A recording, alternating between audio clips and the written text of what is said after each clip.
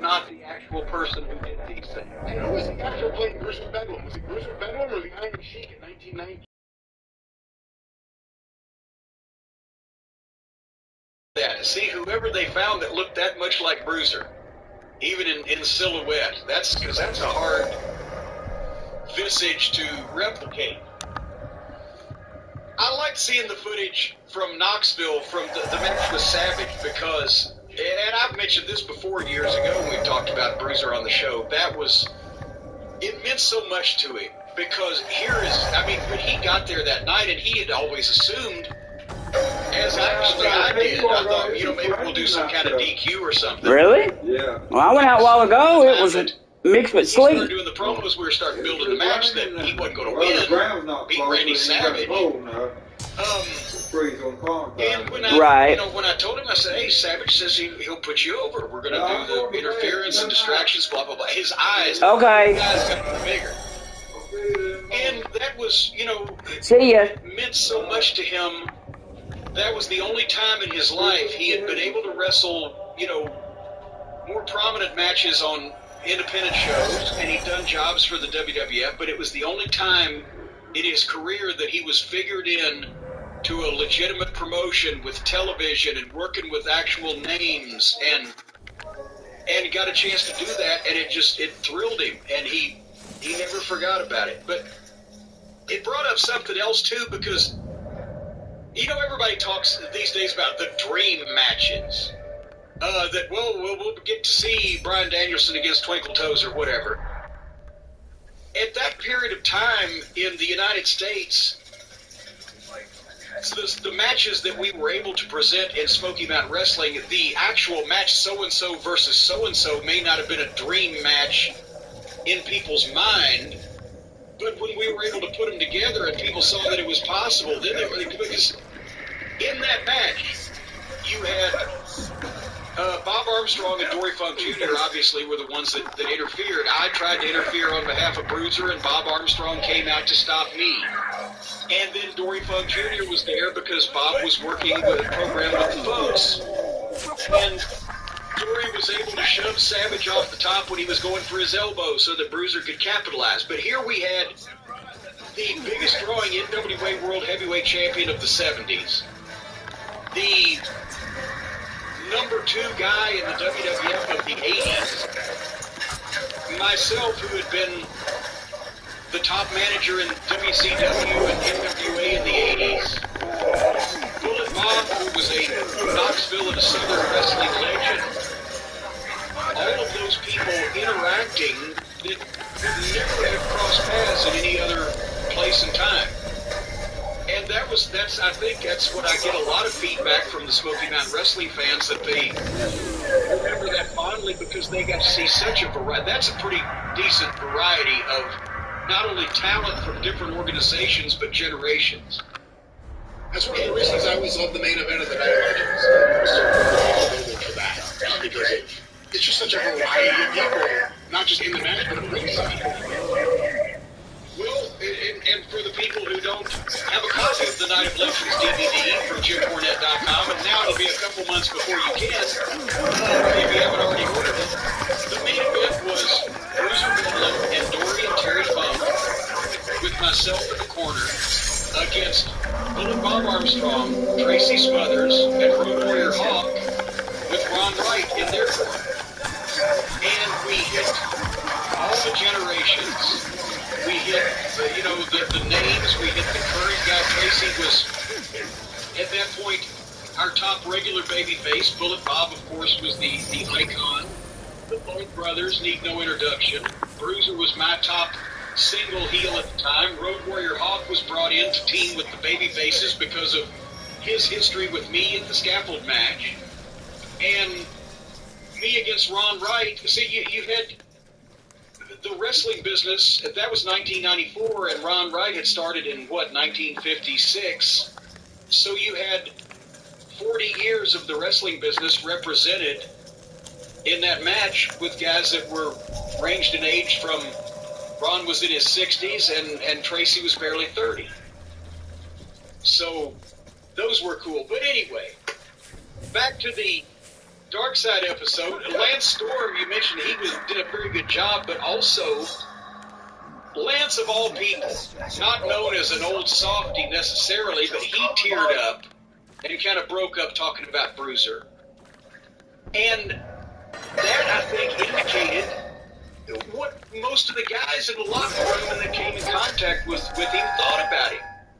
Is that you just, the shock and the awe, and we all said that, I know I said a bunch of that was trimmed out, that we just couldn't believe it. We couldn't reconcile that this guy that we knew could be involved in all that other stuff. It was a double life. But for Lance to get choked up about somebody, and Lance does have a pretty strong moral compass, so even if he can't justify or, excuse some of the things that Bruiser was involved in, that's the kind of reaction that you get, because that's the kind of impact or impression that the guy made on you, was you kind of choke up when you think about him coming to a bad end. I've always just been gobsmacked, because as we've mentioned, besides the tattoo and him saying he'd been in jail, we didn't know, and when he was in Smoky Mountain, this major stuff had not occurred, but we didn't know about the motorcycle gangs or anything else, or that he was, I felt bad because I couldn't pay him any better. And I'm thinking, he's driving all the way down here for this, and I know he wants to catch a break, but God, I feel bad. I didn't know he was making 20 and 30 grand in 20 minutes collecting money or selling weed or whatever. Nobody, he could have probably, I should have asked Bruiser to be an investor. Can you imagine? The Johnny K9. One's making hits and the other one's doing them. I do want to say real quick, I did find it interesting whenever they talked to the reporters, or they had a real-time news report from when things were happening. They never used his real name, Johnny K9. Yeah. And I was surprised by that. I thought, I don't know, I guess they just would have used his real name. Everyone knew it was Johnny K9. The local news there especially, but also his real name, and they mentioned it, Ion,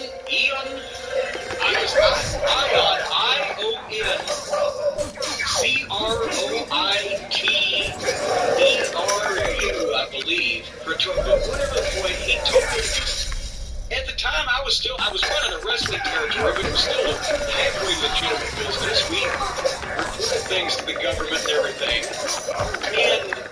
But with him, because he was from Canada, and I said, "You got any papers?" He said, "Oh, don't worry about it, Jim." And I went and checked the first week. I'm like, "What is your name?" And I had to spell each letter individually, and I'm like, "Wait a minute!" I said, "If I write you this check, can you cash it? You're going to Canada, and the paperwork is iffy or whatever." He's sorry, Jimmy. I'll get it cash. But then I think, as I remember, after the first couple of weeks, I just started giving him cash. Because I'm like, well, this is blah, blah, blah. But I'm just doing the book now. This was 1994. But at that time, Vince McMahon would have probably been the only person in the wrestling business that had actually started doing background checks before they booked somebody, right? And would WCW have started at that point? Maybe they might have happened in, I don't remember, I was on the booking team in 1990, and I don't remember ever investigating anybody that Flair wanted to bring in or we wanted to book or whatever was already there. What do you think? And remember, it was after you they brought in Art Barr, and that caused a big problem. So how much due diligence did they do there? I mean, actually, I think the problem was they were aware, now that I think of it. Ole and Hurd were aware of everything and still booked them, now that I think of it. Yeah, I don't know when background checks. Vince probably started it as soon as David Schultz threatened him the first time. Well, I think they started in the 80s when they started going overseas. Because before, if you were a wrestler and you went to Japan or went to anywhere out of the country, you were going for the promoter in that country. And as long as you could get there, they didn't fucking care, right? But Vince was the first one that was an American promoter that was running overseas tours, and with the old Canada thing. Because I remember even when I got there in 1993 and I started seeing the talent rosters, even before I got on the creative team, every once in a while I'd see some paperwork, and they would have, their talent roster would have guys' names with no Canada next to it, like Bigelow, Bam Bam Bigelow, and that was because Canada is the hardest country in the world to get into for whatever reason. You can go to the UK in 30 seconds through customs. You can go to, a war-torn Cambodia, but you can't get in fucking Canada. And by the way, where's safer than Canada? Seems like they're doing it right. Well, either that or, it seems like, what the fuck? It doesn't seem like a lot of troublemakers want to go to Canada to begin with. But anyway, so that is if you had, I don't know, spitting on the sidewalk on your record, you couldn't go to Canada. But guys were still going to Japan, still going to the United Kingdom, still going to Germany, wherever, couldn't go to Canada. But so I would imagine Vince was the first one to do background checks, but also it wasn't. I'm trying to think, before the internet and all this shit, could you actually do a background check on somebody without calling the FBI or a police department? And then that's how guys used to skip lawsuits and bullshit they get into in the territories, because before there was a national computer system. And even after there was one, when it was primarily, we're on the lookout for America's Most Wanted, we're not worried about a fucking wrestler that, skipped town because he's getting sued for cracking somebody over the head, whatever. You couldn't find people. You didn't know what the fuck. And I've mentioned before with Grizzly Smith, everybody go, oh, geez, why didn't, they say something about his 13-year-old wife? Because he never brought his wife to the fucking matches. You didn't see people's families back then either. There was no Facebook for him to get on, or no Twitter for him to make tweets from complaining about their husband's booking. So if a guy didn't invite you to his house or bring his wife to the matches, which, as we mentioned, was almost universally a no-no, especially for the heels, because then she'd be assaulted by the fans, or from the baby faces, because then they'd see the baby faces fucking around on them. You didn't know who fucking anybody's family was. Right? So you might hear a little murmur every once in a while of something, but there was no way to find out. There was no way to do background checks. And if they had done background checks on wrestlers, I would venture to guess that half the fucking famous names in the history of the business probably would have got booked. But anyway, it was an interesting look, and there was probably less wrestling in this because he actually did less wrestling. That was the whole point of the thing. That it was sort of like this was a sideline that he dreamed of success in, but he never actually got the chance to make it, and he's more notorious for his outside the ring activities now, especially in Ontario, where they know him by his gimmick name. Hey, can I ask you a question? I wish you would. Having seen this and having heard from his wife, did you ever talk to her or met her in the end of the week? Well, at one point, I believe, if I am not mistaken, that she and maybe a friend or two of hers had come down with him, maybe for the Night of Legends, maybe for the big show or something like that, that was really important to him. I think I have a memory of meeting her once. My question was going to be, despite the fact that when you told him you were finishing him up, he was very happy and seemed to be okay with it, what did you think when you heard her say how it really did kind of deject him that he was back where he was working on those small shows? Well, and I did. I felt bad, and and here's the thing: we've gone through pretty much everything he could do with everybody else that I had. We had to change the faces up, but I didn't. I was, I tried to call. Obviously, I didn't try to call. I did call Randy Hales, but honestly, Bruiser wasn't going to fucking drive to Memphis, which was even farther, every fucking weekend for less money than I was giving him, and there wasn't really a spot there. And in 1996, sometime in the summer of '96, I think, I was able to talk him into giving him a dark match in the WWF and giving him a try to part of the TV tapings. And they even let me go out and manage him, so it wouldn't just be like, just a regular dark match with nobody. I can't remember who he worked with. It wasn't like they, that Chris Benoit tryout match with Owens, and I'll work with him. It was some guy he could beat up and beat. It was okay because I knew him, I could see what I could do with him and etc. But because they didn't know him and that's the only time they'd seen him, it wasn't that great. It wouldn't blow away. And so, nothing happened. But was it 96 or was it 95? Because I wasn't on the booking committee yet. I talked him into giving him a tryout, and they set that up. So it was 95. And, we waited on that for a little while, but they weren't going to do it. So was there any reason they stopped using him other than they stopped taping TV in Ontario? Pretty much, I think that's it. It's just that they weren't close to him anymore. They always just used guys that were close around those tapings. Looking back now and knowing how things were around that period of time and how things would turn out, is there any way a Bruiser Bedlam babyface turn would have worked? In 94. No, in Smoky Mountain Wrestling? Yeah. No. Come on. I mean... And I'm not saying I wanted to see him versus Killer Kyle. No, I am not. No. I mean, if you... He could have at some point become a gimmick babyface, I guess, but...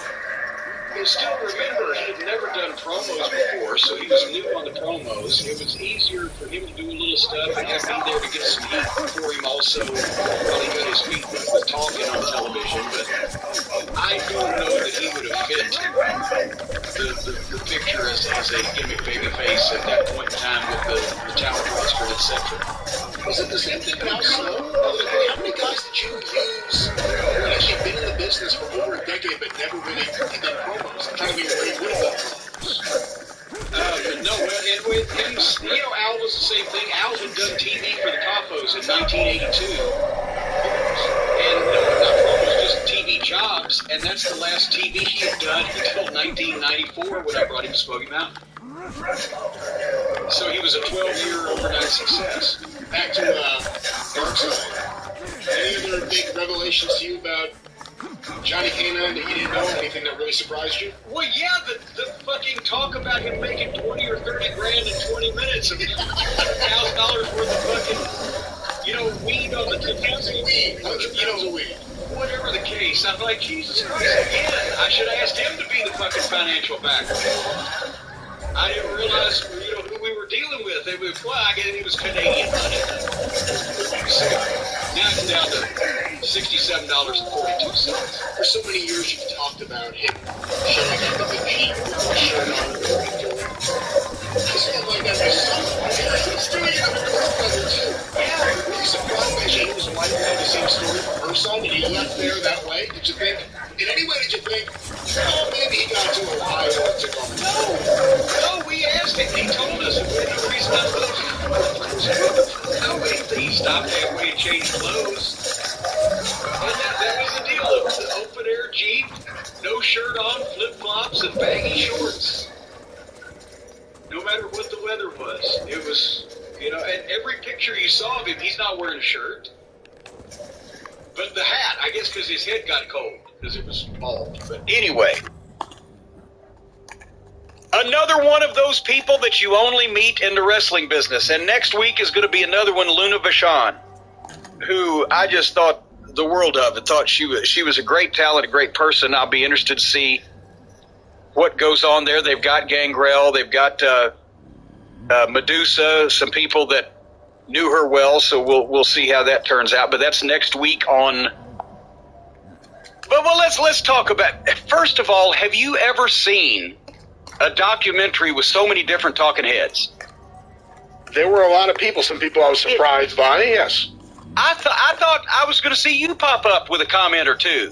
It got to the last couple of weeks has been, obviously we said they're doing programs to appeal to the wrestling fan, and they're primarily the wrestling career, which is fine. And they're playing the hits, they're hitting the high spots. They're not going to talk about fucking Portland wrestling for Piper as long as they talk about the WWF, nor should they. But we were getting close friends, usually in the business, people that had worked with this talent, maybe a historian or a reporter, people germane to the story. This was like you never knew what head was going to pop up next to say something about Randy Savage. Not that all of them doesn't have the right to speak about Randy Savage, but and Natalia's a wonderful young lady. Why is Natalia a talking head on a documentary about Randy Savage? And there were bizarre. I've never seen Bubba the Love Sponge before. I've heard of him, heard his voice, and obviously we have said horrible things to each other on Twitter a few years back when he was actually somebody. But God, he's a fat, ugly gremlin. But the only reason he was there was because he was the facilitator of Hulk Hogan's radio promos on Randy Savage that got almost as much time being talked about on this show as Randy's ICW 5-year run did, because Hogan was on there constantly. And when I was listening to him tell these stories, I don't know why, but the words obnoxiously and egregiously disingenuous popped up in my head, just for no reason at all. But there was a million talking heads, too many of them. And I liked hearing Ricky Steamboat talk about Randy Savage because they were in the famous match that they covered. I don't know if I want to hear somebody that never met Randy Savage talking about what they think of him. Right? Yeah, typically, I saw some feedback before I watched it where people groaned because this Pete Rosenberg guy was involved with this. So when I watched it, I thought about that because I hated that Shoemaker idiot from the Andre the Giant documentary that said the wrestling historian, and then was just flat out saying shit that wasn't true. So I didn't know what to expect, but I actually thought he did all right, Pete Rosenberg, on this. Again, you have to ask yourself, what's his place in being on this? I guess they just wanted some super fans of Randy Savage that had that actor also. The actor actually did a fairly good job also in impersonation. It was a lot of people. And a lot of Elizabeth. Not saying we shouldn't cover Elizabeth. I mean, that would be leaving things out also. But then we went down the rabbit hole. Randy and Elizabeth were together for, 7 years, and worked together in WCW for another 12 months, 18 months, whatever the fuck. No longer than that. Did they use Elizabeth that long? What, early 96? Maybe late 95, but early 96 until the end, if not well, she did good. But anyway, what issue went with Randy all that time, but then we went to the rabbit hole with Elizabeth and Luger and that story, and it was just, I don't know that this was easy to follow chronologically as it could have been. I think that everybody had an opinion, which made it hard to focus on the people's opinions that were really close to the thing. They went in a variety of different directions. We learned a lot about his love life.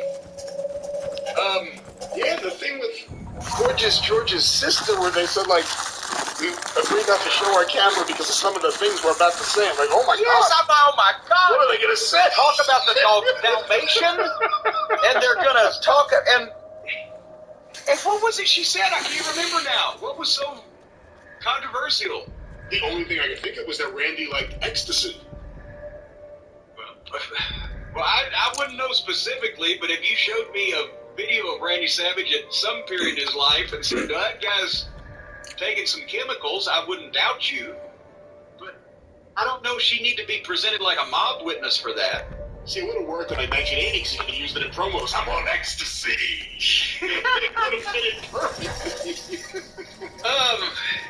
But yeah, it got into Hogan and the Fat Sponge talking about how they fucked with Randy on the radio in Tampa, and then we went off into the whole Gorgeous George story, and then Elizabeth's, affair and life with Luger and that situation, and I mean, it was a bunch of stories that you might enjoy about Randy Savage, but I don't know that it was a biography in the strict term. Do you? It was a lot of things. It was a lot of the problems I've had with wrestling-based documentaries in the past, where sometimes the story just goes all over the place, and there's no real good reason why. It just messes with the narrative. I mean, the Elizabeth stuff, all of a sudden we have Bischoff's wife on here as a talking head. Who's a well-known friend of Elizabeth's that we found out by the graphic. Friend of Elizabeth's. Yeah, and then they have Lex there, and the Hogan stuff that was really Hogan heavy towards the end of it there. And Lanny seems to know nothing. I mean, I think Lanny, we just heard feud on Pro Wrestling Spotlight Then and Now. John Arezzi had that roundtable about the Persian Gulf War exploitation with Dave Meltzer, Steve Beverly, and Lanny Poffo. And Lanny literally says in the beginning that he's not as well versed as the others, so he's going to talk in, quote, glittering generalities and skirt the issue. That's literally what he does anytime I hear him talk. It sounds nice because of that voice. What is he saying? No insight. Did Lanny miss an opportunity to be a voiceover artist? With the way things have blown up for the voiceover artist, that tone he could have. And the only other thing, I appreciate that they covered a great match like Randy Savage and Ricky Steamboat, and I wish that they hadn't had to make sure that Ricky told the story of how Savage worked it out obsessively and minutely ahead of time and wrote it down and everything, because that kind of takes some of the fucking special off of it to me. That's why I liked Savage and Steamboat's WrestleMania 3 match, and especially for the WWF in the ring, that was some special shit. But that's why I like Flair and Steamboat. Any of their matches better because they spent literally minutes talking about anything beforehand. It didn't bother me so much just because Ricky has told the story a lot. Well, yeah, I'm not saying they're breaking new ground, but that's the whole thing. Is that's a lot of guys when they saw Savage start to do that. That's where they thought that it was a thing that everybody had always done. Work out your match ahead of time, and here we are. That's what Dallas Page started doing because of Randy Savage. I would say too. This documentary had what I was told in the rumors about Randy and Stephanie's I was told in the mid-90s, and I know people in marketplace, that Vince was mad at Randy because when the WWE was having financial problems, Randy took the Slim Jim WCW because they're trying to keep it as the face of Slim Jim. And Slim Jim went with Randy. I love Batman, but when you put his face as your face of anything. I don't know. Maybe the fire brand there, Slim Jim. But I was always told in the moment that happened that Randy taking the Slim Jim pissed off Vince. Because he thought that was his deal. He thought that was his sponsor. And it didn't feel that was the reason for their falling out. They did spend a little bit of time pointing out that it was a $750,000 a year deal. So it was a big deal. I don't know. Well, yeah, I heard that when Randy left. And so that's also King. Once again, I love Lawler's work, but his memory is shite. He said that when Randy left, how was it he phrased it? When Randy left, he went to visit, hey, look at the other channel. That wasn't Randy. They weren't doing live TV. That was Luger. That they saw on live TV. But I was there the day that Randy had announced or given his notice or whatever, and Vince made that statement, we wish you the best, because that's what they had me for about 6 weeks, fill in color commentary, because Lawler was still working in the ring at that point. So he didn't fill in for Savage at that time, as I remember it. Because I told you the reason why I remember the day that Savage wasn't there and we all found out about it was because that's when we were at that fucking resort place in the Poconos. And I went to Raw, and then I went back to my room. No room service, no place anywhere around to get any food, and I'm alone with a heart-shaped jacuzzi. I'm like, motherfucker. But that was when Savage left. So, anyway, I was a little confused there, but they did not see Randy on live TV and find out that that's how he had left. But yeah, we heard immediately about the Slim Jim thing. There was some heat there at the time. So this was before the conspiracy theorists with all the Stephanie stuff. As far as Randy getting upset with Hogan because of Hogan and Linda hanging out with him,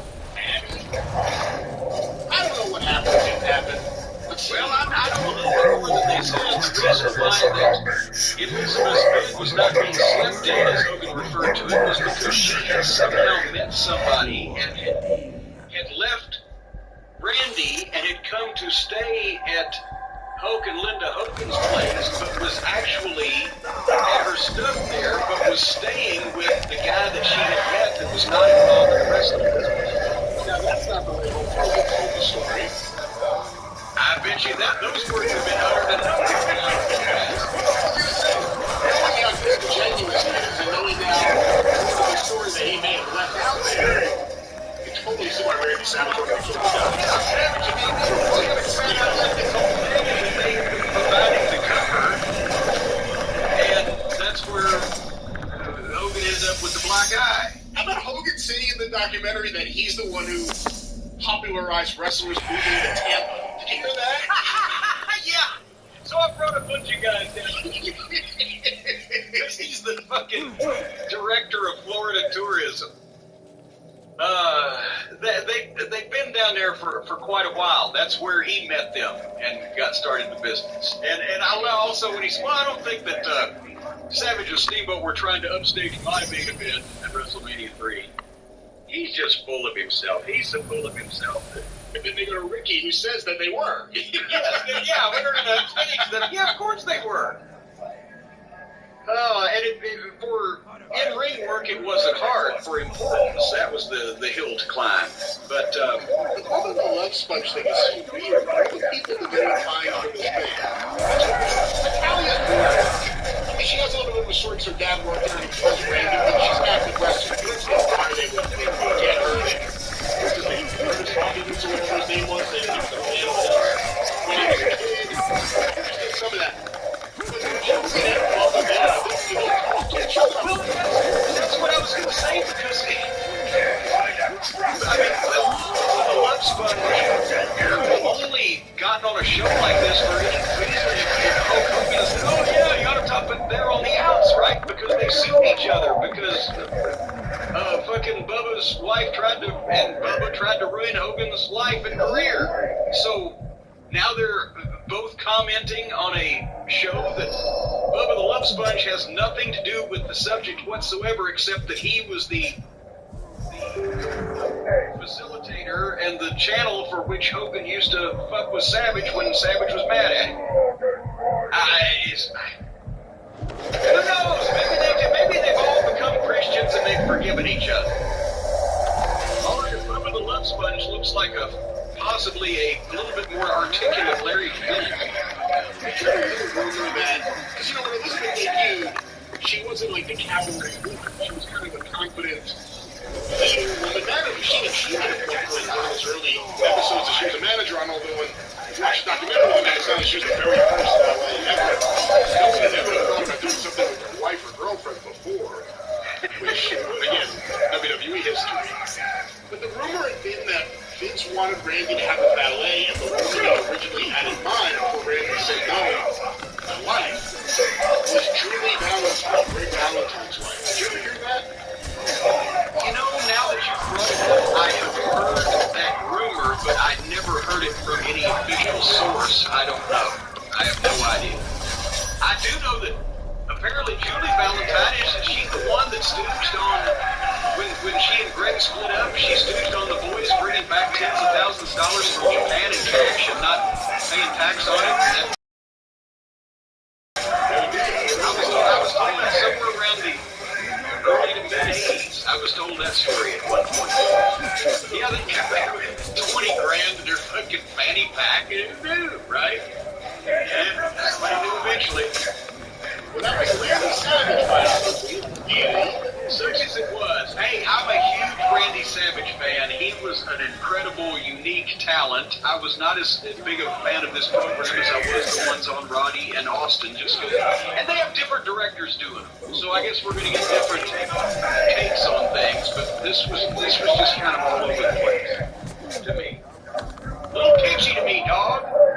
I kind of agree with you. Some nice clips of Master clearly ICW footage, including that one of Randy promo about himself, which I have never seen before. As a matter of fact, I remember that show because it was like Les Thatcher started the Personality Profile in Southeastern in Knoxville, and they stole a bit of that when basically for budgetary reasons they'd have to sit down with one guy and do a long form thing and show clips. But I remember when they aired that, he was putting himself over and telling his entire history. And that was about 20, with clips, 20 minutes of television.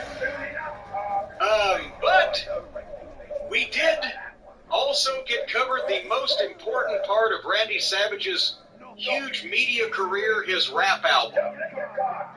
His rap album was covered on this program, and folks, if you would, now that you are aware of that, because it was, when it was released originally, it went plywood, it almost made it to sheetrock, but now that it's been publicized on A&E, it's going to get over bigger than ever. They're going to re-release it, possibly a remastered edition, and you know how, Brian, you ought to listen to Randy Savage's rap album on the Raycon earbuds. That's right. That's exactly right, folks. What? I don't care what's out there. I will keep getting. Keep looking. It's around here somewhere.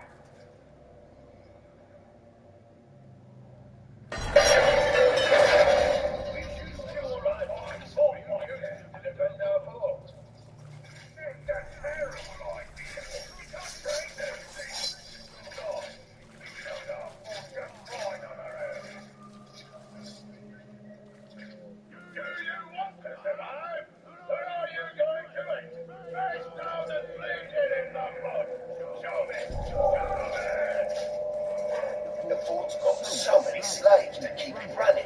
Where do they all come from? Most of them are rogues who can't stop running off at the mouth. Others are rogues who are too weak to fight properly. Did you just see that? Found him! Kill!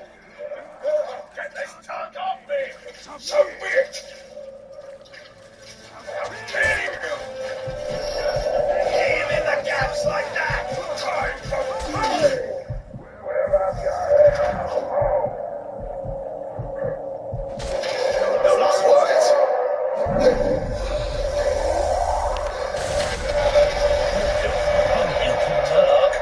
What's it like to be a talk killer? Talk Slayer! Quite on the side of that. Talk Slayer! From now on, I will be known as the Talk Slayer!